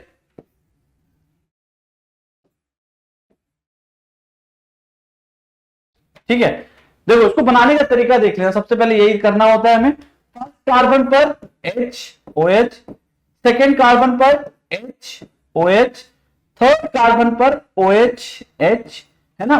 फर्स्ट कार्बन पर, सेकेंड कार्बन पर, थर्ड कार्बन पर, फोर्थ पर वापस से HOH। ठीक है, और यहां पर आपका क्या हो जाएगा, फिफ्थ कार्बन पर एक तो ये रहा ऑक्सीजन से जुड़ा रहता है और ये CH2 है। ठीक है, तो ये आपका अल्फा फॉर्म हो गया है, जिसमें मैं लिखूंगा इसको number 1, number 2, number 3, number 4, number 5 और ये नंबर 6।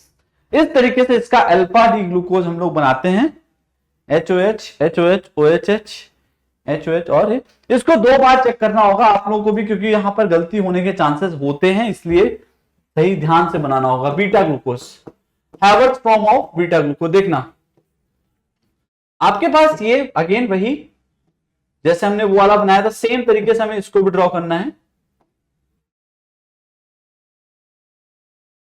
देखना अगेन कहां पर डिफरेंस आ रहा था, फर्स्ट कार्बन पर। अगर फिशर प्रोजेक्शन याद रहेगा तो याद रहेगा कि फर्स्ट कार्बन पर ही डिफरेंस था, तो यहां OH हो जाएगा।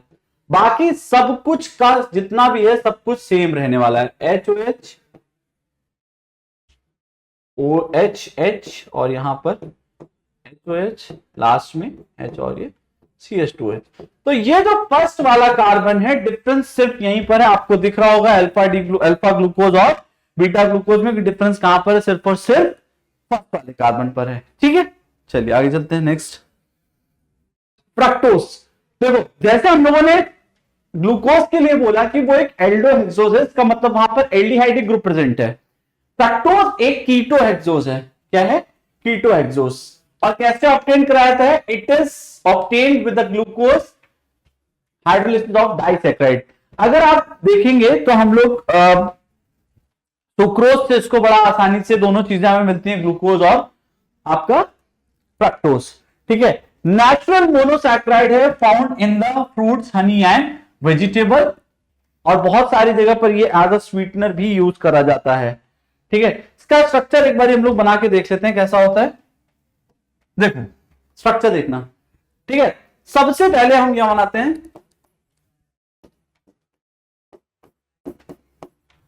ठीक है, क्योंकि फॉर्मूला सेम रहता है। अगर किसी को फॉर्मूला याद हो तो सेम फॉर्मूला रहता है, C6H12O6। ठीक है, 4 कार्बन,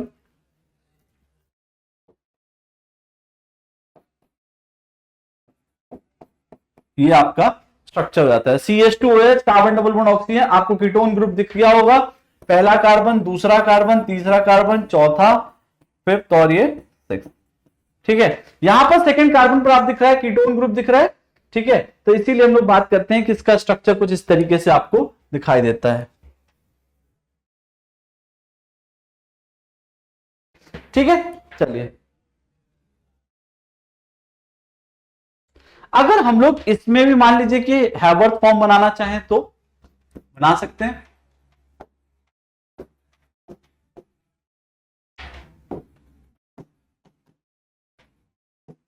हैवर्थ फॉर्म ऑफ फ्रक्टोज। देखना बेटा, मान लीजिए आपको हैवर्थ फॉर्म बनाना है। ठीक है, सबसे पहले इस तरीके से इसमें हमने एक रिंग बना ली है।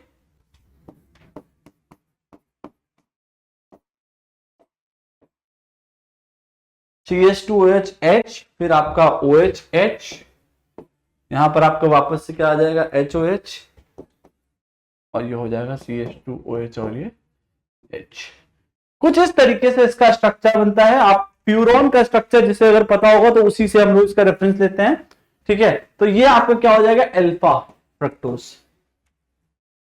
Alpha fructose CH2OH, OH, HOH, CH2OH और ये। ठीक है, नेक्स्ट वाले में क्या होगा, जब हम लोग बीटा ड्रॉ करेंगे तो सिर्फ एक डिफरेंस आएगा, पहले कार्बन पर जो CH2OH है उसको हम लोग नीचे की तरफ ड्रॉ कर देते हैं।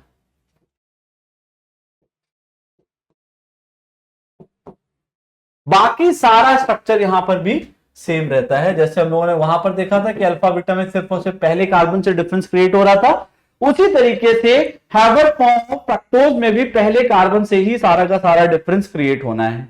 ठीक है, चलिए आगे चलते हैं। मोनोसैकेराइड हमने पढ़ लिया, नेक्स्ट है डाइसैकेराइड्स। देखो डाइसैकेराइड क्या है, जब दो मोनोसैकेराइड एक दूसरे के साथ कंबाइन करते हैं by an oxide linkage by the loss of water molecule. ठीक है, by the loss of water molecule, यानी दो जब मोनोसैकेराइड आपस में कंबाइन करते हैं तो वहां पर वाटर का लॉस होता है, और उससे जो बनता है उसे हम क्या बोलते हैं, disaccharide. Such a linkage between the monosaccharide unit through oxygen atom is called as glycosidic linkage. ठीक है, अभी आपको सैकेराइड अब मैं दिखाऊंगा डाइसैकेराइड, जिसमें आपको पता चलेगा कि हाँ भाई इस तरीके से दिखता है। हम लोग बात करते हैं सबसे पहले सुक्रोज की। देखो ये रही ग्लाइकोसिडिक लिंकेज। अब आप जानते हो ये कैसे बनता है, ग्लूकोज और फ्रक्टोज से बनता है। ये रहा अल्फा डी ग्लूकोज, ये रहा बीटा डी ग्लूकोज। यहां पर आपको दिख रही है ये ग्लाइकोसिडिक लिंकेज है, जो ऑक्सीजन लिंकेज की बात करी जा रही है उसको हम लोग क्या बोलते हैं, ग्लाइकोसिडिक लिंकेज। ठीक है, one of the most common disaccharides है sucrose, which on hydrolysis gives you mixture of D plus glucose and D minus fructose. ठीक है, दूसरा और कौन सा हो सकता है, माल्टोज। अनदर डाइसैकेराइड माल्टोज जो होता है एक कंपाउंड है दो अल्फा डी ग्लूकोज यूनिट का, यहां पर वही करा हुआ है, एक अल्फा डी ग्लूकोज, यहां पर दूसरी अल्फा डी ग्लूकोज, और जो ये ऑक्सीजन लिंकेज से जुड़े हुए हैं bye the loss of water molecule, इसको हम लोग क्या बोलते हैं, ग्लाइकोसिडिक लिंकेज है ये। ठीक है, अगला क्या कोई और है, बिल्कुल है। नेक्स्ट है लैक्टोज। देखिए लैक्टोज जो है it is most commonly known as milk sugar since this disaccharide is found in milk.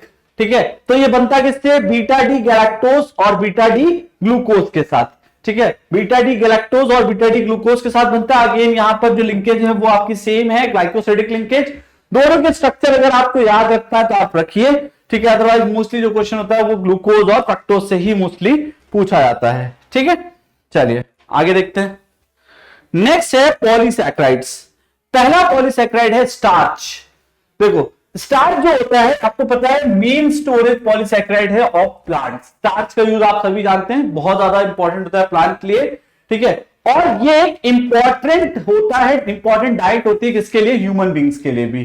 ठीक है, high content of starch is found in cereals, roots, tubers and some vegetables. ये बोला जाता है कि आप जितना ज्यादा मतलब स्टार्च अच्छा खासा अमाउंट हमें खाना चाहिए क्योंकि वेजिटेबल वगैरह मिलता है।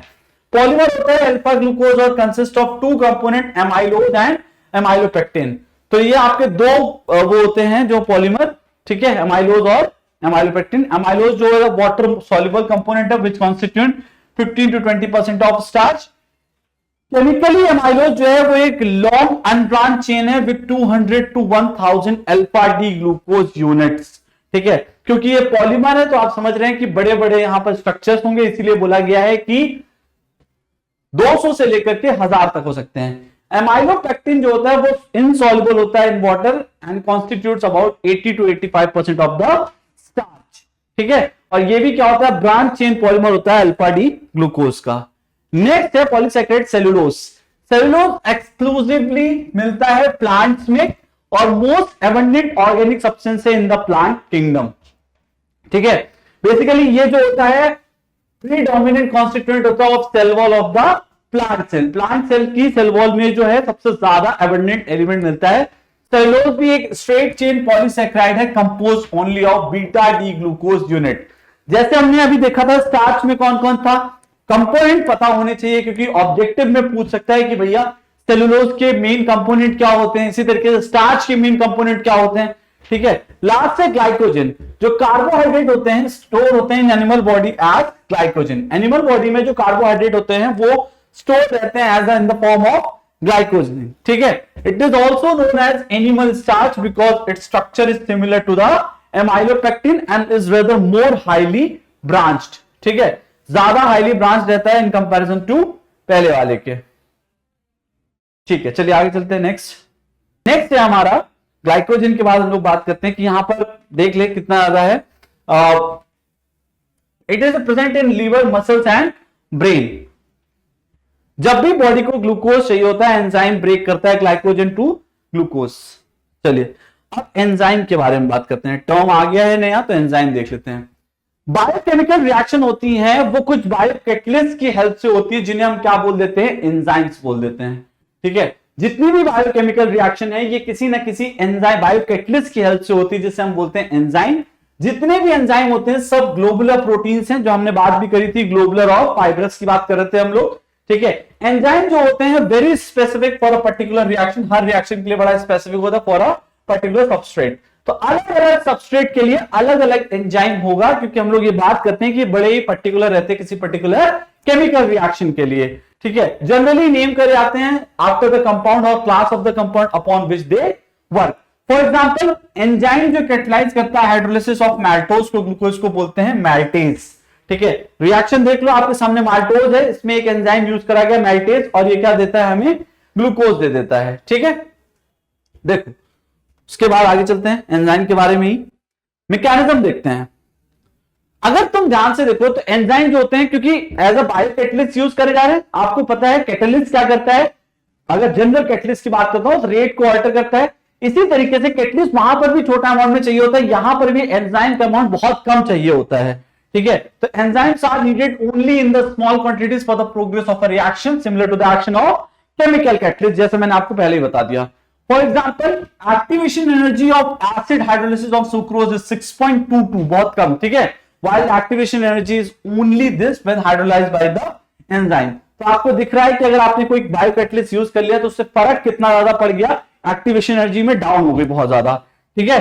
तो इस तरीके से हम लोग इसके बारे में बात करेंगे। अगर इसकी रिएक्शन को समझना है, देखो पहली बात तो ये मान लो ये कोई एंजाइम, ये आपका सबस्ट्रेट है, लेट सपोज हम लोग उसको ड्रॉ करना चाहें तो कोई सबस्ट्रेट है, इस तरीके का डायग्राम बना रहा हूं, बस गंदा सा डायग्राम है, ठीक है। ये आपका सबस्ट्रेट है, यहां पर कोई एंजाइम है लेट सपोज, ठीक है। तो ये दोनों जब कंबाइन करेंगे तो यहां पर जो सबस्ट्रेट है उसकी खाली जगह पर कौन आके फिट हो जाएगा, जो मेरा एंजाइम है, इस तरीके से कुछ बन जाएगा, ठीक है। डायग्राम उतना अच्छा नहीं है, ड्राइंग भी उतना अच्छा नहीं है, ठीक है। तो इस तरीके से ये बन जाता है, इसकी मैकेनिज्म कुछ इस तरीके की होती है। नेक्स्ट है न्यूक्लिक एसिड्स। देखो न्यूक्लिक एसिड क्या है, the particles in nucleus of the cell responsible for the heredity are called as chromosomes. और जो क्रोमोसोम्स होते हैं वो मेडअप होते हैं प्रोटीन्स के, and another type of biomolecule called as nucleic acid. मतलब जो आपके क्रोमोसोम्स हैं वो दो चीजों से मिलकर के बने, एक प्रोटीन और दूसरा न्यूक्लिक एसिड, प्रोटीन और दूसरा nucleic acid. These are mainly of two types, deoxyribonucleic acid जिसे हम लोग डीएनए बोलते हैं, ऑक्सीराइबोन्यूक्लिक एसिड जिसे हम लोग आरएनए बोलते हैं। आप सभी लोग डीएनए आरएनए का डेफिनेटली नाम आपने सुना होगा, ठीक है। तो since nucleic acid are long chain and polymer of nucleotide, उन्हें हम क्या बोल देते हैं, पॉलीन्यूक्लियोटाइड्स भी बोलते हैं न्यूक्लिक एसिड्स को, क्योंकि वो क्या होते हैं, लॉन्ग चेन होते हैं पॉलीमर्स के, ठीक है। Next chemical composition. देखो अगर हम लोग कंप्लीट हाइड्रोलिसिस करते हैं डीएनए और आरएनए की, तो उससे क्या होता है, pentose sugar, phosphoric acid and nitrogenous base मिलते हैं। डीएनए यूजुअली 4 बेस कंटेन करता है, ए जी सी और T. A stands for adenine, G stand for guanine, C stand for cytosine और टी स्टैंड फॉर थायमिन। इसी तरीके से आरएनए भी 4 बेस कंटेन करता है, ठीक है। जो 4 होता है वो क्या होता है, यूरेसिल होता है नया वाला, मतलब उसमें क्या क्या होता है, एडेनिन, ग्वानिन, साइटोसिन और यूरेसिल। तो ये 4 यहां पर भी अवेलेबल रहते हैं, ठीक है। चलिए आगे चलते हैं। नेक्स्ट, अगर स्ट्रक्चर देखना चाहो तो कैसा दिखता है, देखो कुछ इस तरीके के ये जो आपके हम लोग बेस की बात कर रहे थे वो इस तरीके के अवेलेबल रहते हैं, 4 base, adenine, guanine, cytosine, thymine और यूरेसिल। यूजुअली ये क्वेश्चन पूछ भी सकते हैं ऑब्जेक्टिव में कि भाई डीएनए में कौन कौन से 4 बेस प्रेजेंट होते हैं, तो आपको पता होना चाहिए AGCT, ठीक है, AGCT। और आरएनए में सिर्फ टी हट जाता है, वहां यू आ जाता है, ठीक है। चलिए आगे चलते हैं। अगली बात करते हैं structure of DNA and RNA. तो देखो डीएनए और आरएनए के स्ट्रक्चर के बारे में बात करते हैं तो 2 nucleic acid chains are bound with each other, ठीक है। और ये एक दूसरे के साथ जुड़े हुए रहते हैं। इसमें जो जोड़ने वाला फोर्स है वो कौन सा है, हाइड्रोजन बॉन्ड। जो बेसिस होते हैं वो जुड़े रहते हैं किसकी हेल्प से, हाइड्रोजन बॉन्ड की हेल्प से, ठीक है। The 2 strands are complementary to each other because the hydrogen bonds are formed between the specific pair of bases, जो मैं भी आपको बताऊंगा किनके बीच में स्पेसिफिक बनता है, ठीक है। तो इस तरीके से हम लोग ये कह सकते हैं कि यहां पर स्पेसिफिक रहता है। एडेनिन जो होता है वो हाइड्रोजन बॉन्ड बनाता है थायमिन के साथ, जबकि जो साइटोसिन होता है वो बनाता है ग्वानिन के साथ, ठीक है।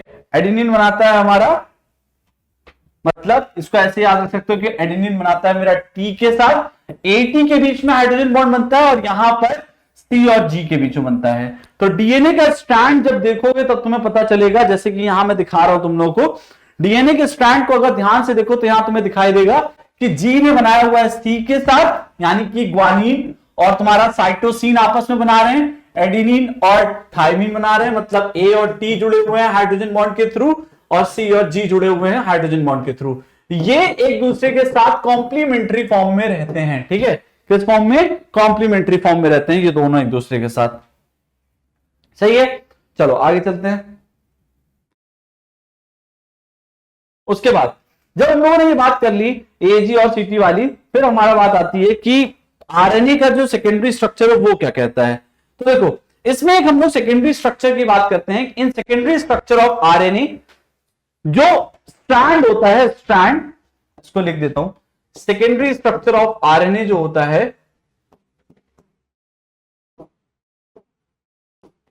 यहां क्या होता है, सिंगल स्ट्रैंड होता है। ठीक है, सिंगल स्ट्रैंड स्ट्रक्चर मिलता है, इसका सिंगल स्ट्रैंड मिलता है सेकेंडरी स्ट्रक्चर ऑफ आरएनए में, जो कि कई बार क्या करता है, जो सिंगल स्ट्रैंड है वो खुद ही फोल्ड हो जाता है। जैसे यहां पर आपको दिख रहा है कॉम्प्लीमेंट्री है, एक दूसरे के डबल स्ट्रैंड है। ठीक है, वहां पर क्या होता है, सिंगल स्ट्रैंड होता है, कई बार वो क्या करता है, खुद ही जाकर के अनफोल्ड, एक दूसरे के साथ फोल्ड हो जाता है और अलग अलग तरीके से वहां पर डिफरेंट डिफरेंट फंक्शंस को परफॉर्म करने लगता है। जैसे कि हम लोग अगर बात करें तो mRNA होता है एक मैसेंजर आरएनए। ठीक है, आपका mRNA होता है, rRNA होता है राइबोसोमल rRNA जिसमें बोलते हैं राइबोसोमल, और tRNA होता है जिससे हम क्या बोल देते हैं, ट्रांसफर आरएनए। ठीक है, तो इस तरीके से हम लोग इसकी बात कर लेते हैं। नेक्स्ट अगला है हमारा डीएनए फिंगरप्रिंटिंग। देखो यूजुअली यहां पर डीएनए फिंगरप्रिंटिंग का मतलब यह है कि डीएनए का यूज क्या है। ठीक है, तो देखो it is very known that every individual has unique fingerprint. आप भी जानते हैं मेरा और आपका फिंगरप्रिंट बिल्कुल अलग अलग होगा, या जितने भी लोग हैं सबका अलग अलग है। ठीक है, these occur are the tips of the finger and have been used for the identification of long time. आपने देखा होगा जब भी आप आधार कार्ड बनाने जाते हैं तो आपके फिंगरप्रिंट लिए जाते हैं, इसीलिए क्योंकि हर पर्सन का फिंगरप्रिंट अलग अलग होता है। ठीक है, उसमें कभी ऐसा नहीं हो सकता है कि तुम्हारा और किसी और का फिंगरप्रिंट सेम हो जाए। ठीक है, तो इसलिए हम लोग क्या करते हैं, a sequence of basis on DNA is also unique. Her person के अंदर जो डीएनए है उसमें जो बेसिस का सीक्वेंस है वो भी अलग अलग होता है। ठीक है, and information regarding this is called as DNA fingerprinting. ठीक है, हम लोग किसी भी तरीके से डीएनए को नहीं बदल सकते हैं, ये बहुत सिंपल सी बात है कि जो सीक्वेंस है बेसिस का उसको हम लोग बदलने की कोशिश भी करें तो नहीं हो पाएगा। तो यूजुअली क्या क्या यूज होते हैं डीएनए के, आपको पता होगा। पहला है, अगर कहीं पर क्रिमिनल्स को आइडेंटिफाई करना होता है तो भी डीएनए का यूज करा जाता है। आपने मूवीज वगैरह में देखा होगा, बोला जाता है कि डीएनए से मैच हो रहा है, नहीं हो रहा है। ठीक है, उसके अलावा पैटर्निटी, पेरेंट्स को आइडेंटिफाई भी करा जाता है डीएनए की हेल्प से। ठीक है, और कई बार मान लीजिए कोई अगर कहीं डेड बॉडी कोई पड़ी हुई है और अनआइडेंटिफाइड डेड बॉडी है, जिसका कोई लापता जिसे हम लोग कहते हैं, तो उसको भी हम लोग आइडेंटिफाई करते हैं डीएनए की हेल्प से। DNA of parent of children, किसी भी मतलब हम लोग मान लीजिए कोई अननोन पर्सन है, हमें पता चल गया, तो हम अगर मुझे ये पता है कि उसके पेरेंट्स कौन है तो अभी कैन आइडेंटिफाई कि हाँ ये उस पर्सन का है, फैमिली से है। ठीक है, उसके बाद racial group to rewrite the biological evolution, इसका भी यूज हम लोग करते हैं, जिसमें हम लोग क्या करते हैं, रेशियल ग्रुप के बारे में बात कर रहे हैं। ठीक है, बायोलॉजिकल इवोल्यूशन को देखने के लिए चलिए कुछ क्वेश्चन कर लेते हैं। ठीक है, थ्योरेटिकल चैप्टर है ये, ज्यादा इसमें बहुत ज्यादा वो करने की जरूरत है नहीं, हो गया अपना। ठीक है, पहला, ग्लूकोज और sucrose are soluble in water but cyclohexane और benzene are insoluble in water, explain. तो देखो बेटा, सबसे पहली बात यह है कि अगर तुम ग्लूकोज को देखोगे, क्या ग्लूकोज में OH ग्रुप प्रेजेंट है, पहले का आंसर। क्या ग्लूकोज में OH ग्रुप प्रेजेंट है, जवाब आएगा बिल्कुल है। कितने हैं, 5 हैं। क्या सुक्रोज में भी OH होते हैं, बिल्कुल है। कितने हैं, 8 OH ग्रुप दिख जाएंगे तुम्हें। ठीक है, तो ग्लूकोज में 5 और सुक्रोज में 8 होते हैं, जबकि अगर आप साइक्लोहेक्सेन और बेंजीन देखेंगे तो क्या उसमें भी आपको कोई OH ग्रुप दिखाई देगा, नहीं दिखाई देगा। तो इसमें लिख लो no OH group in cyclohexane और बेंजीन। ठीक है, तो इससे फर्क क्या पड़ा, जवाब ये भी होना चाहिए। तो इससे फर्क ये पड़ा बेटा कि अगर इनके पास OH की अवेलेबिलिटी है, इसका मतलब ये हाइड्रोजन बॉन्ड बना सकते हैं, और जब हाइड्रोजन बॉन्ड बना सकते हैं तो बड़ा ही आसानी से इनका हम लोग प्रोडक्ट भी बना सकते हैं। ठीक है, तो हाइड्रोजन बॉन्ड अगर है तो बड़ी आसानी से इनका वो भी बना सकते हैं हम लोग। सही है। Second question, what are the expected product of the hydrolysis of lactose. इस क्वेश्चन को मैंने यहीं कहीं करा दिया है, आप देखेंगे अभी अपनी स्लाइड्स में पीछे।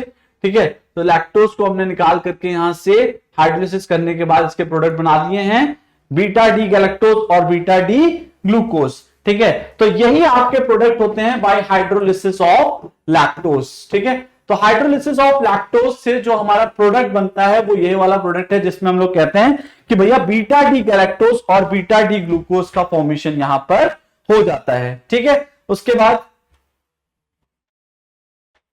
नेक्स्ट क्वेश्चन अगर हम लोग देखें तो नेक्स्ट क्वेश्चन है, the melting point and solubility in water of amino acid are generally higher than that of corresponding halo acids।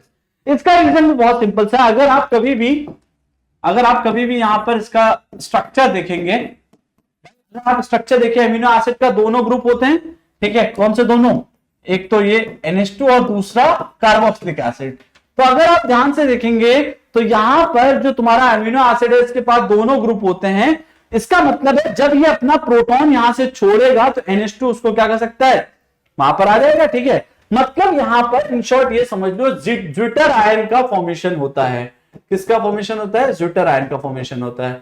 और ज्विटर आयन का फॉर्मेशन हो गया, इसका मतलब यहां पर आपको डाइपोल दिखने को मिल जाएगा, ठीक है, डाइपोल दिखने को मिल जाएगा, जिसकी वजह से हम ये कहते हैं कि मेल्टिंग पॉइंट ऑफ सॉल्युबिलिटी जो होता है वो जनरली हायर होता है then the corresponding halo acids, ठीक है। तो ज्विटर आयन बनने की वजह से ऐसा होता है यहां पर, क्योंकि दोनों ही ग्रुप अवेलेबल है NH2 और COOH, इसी वजह से हम ये बात कह पाते हैं। इसका स्ट्रक्चर अगर बनाना है तो देखो RCH2,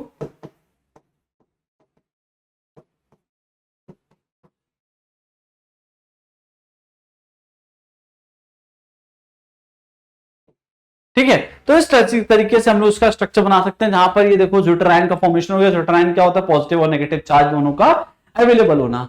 नेक्स्ट क्वेश्चन है, where does the water present in the egg go after boiling the point egg. देखो बेसिकली जब हम लोगों ने बात भी करी है इसी लेक्चर में कि जब एग को हम लोग बॉइल करते हैं तो कोगुलेशन की बात आ जाती है ना, कोगुलेशन ऑफ एग हो जाता है। जैसे इसमें हमने देखा था डीनेचुरेशन की एक बात करी थी, डीनेचुरेशन ऑफ प्रोटीन, जिसका एग्जांपल होता है कोगुलेशन ऑफ या फिर बॉइलिंग ऑफ एग, जिसमें जो तुम्हारा एग होता है वो कोगुलेटेड हो जाता है। तो कोगुलेटेड प्रोटीन जो होता है, मतलब जो तुम्हारा वाटर इसमें प्रेजेंट रहता है वो कहां चला जाता है, जो तुम्हारा कोगुलेटेड प्रोटीन होता है, ठीक है। मतलब जब एग को बॉइल करते हो तो उसके अंदर जो प्रोटीन होता है कोगुलेट जाता है, और जो वाटर है वो उसी प्रोटीन में चला जाता है, बाइंड करता है थ्रू हाइड्रोजन बॉन्डिंग, ठीक है। तो सिंपल सा आंसर है इसका, on boiling the what egg the protein gets coagulated and the water present in that gets into that with the help of hydrogen bonding, और bind कर जाता है with the help of hydrogen bonding। तो ठीक है बेटा, ये हमारा बायोमोलिक्यूल चैप्टर खत्म हो गया है। बायोमोलिक्यूल चैप्टर थ्योरेटिकल चैप्टर है, अगर आप इस लेक्चर को भी करके जाते हैं तो बड़ा आसानी से आपका चैप्टर हो जाएगा, ठीक है। और एक बारी बस एनसीईआरटी से रीडिंग लगानी होगी और कोई दिक्कत नहीं आने वाली। यहाँ कोई न्यूमेरिकल नहीं होता है, किसी भी तरह की कोई भी समस्या नहीं होती है, ठीक है। चलिए मिलते हैं नेक्स्ट लेक्चर में। Thank you so much, bye bye.